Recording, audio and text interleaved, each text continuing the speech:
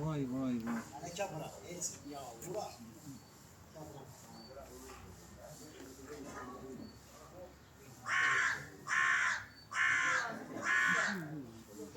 Uzun.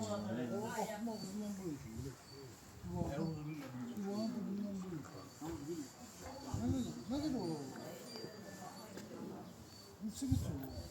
Bu burada, bu boş çaresi. Ayağını diğer bir var aşağıda. 2 metre yarım.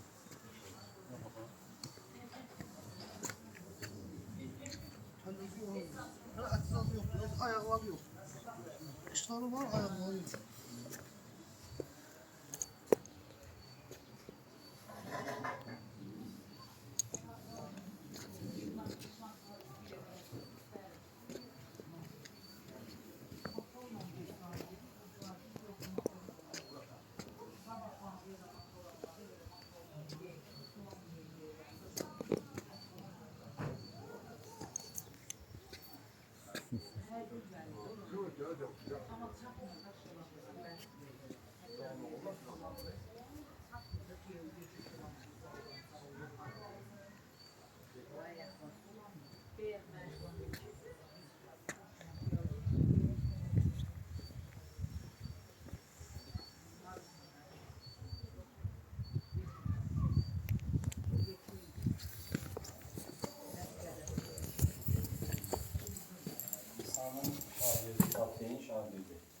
Asfaltaya çal.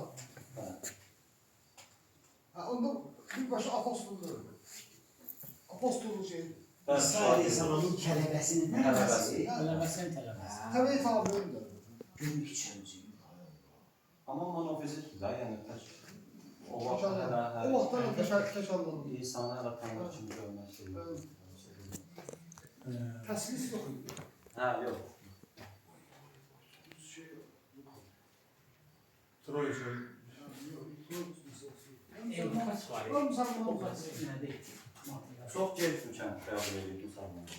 Yok, var mı Müslüman bu? Yani bu şey havarda Müslüman mı var?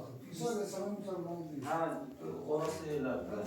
Hamısı İslam dini əslində. Yəni 300 yıl sonra, 400 yıl sonra şey oldu. Çön. Hristiyan oldu.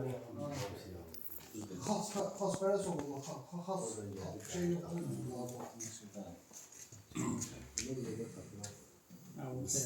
Burada bir de sonradan hatta durarlar şey yani.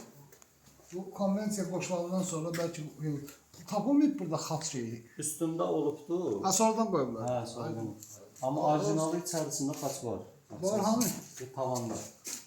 Ha, ne orada. Qulluya baxın. Hansı bu ortadakı hə? Hadi. Belki de şey vermişsin. At işarəsindədir. Belki de Nur'un Remzi, Nur Remzi'dir. O xaç ümumiyyətlə qədim türklərdə şeydir də, şimala, şərqə, qərbə, cənuba hökmranlığı bilir. Dörd vay tərəf. vay. Bəli. Ondan başka güneşin de Remzi oldu.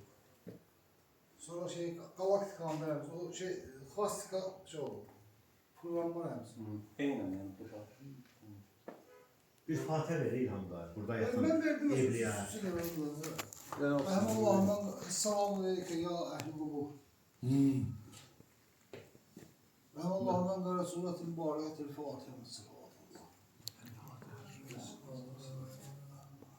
Allah.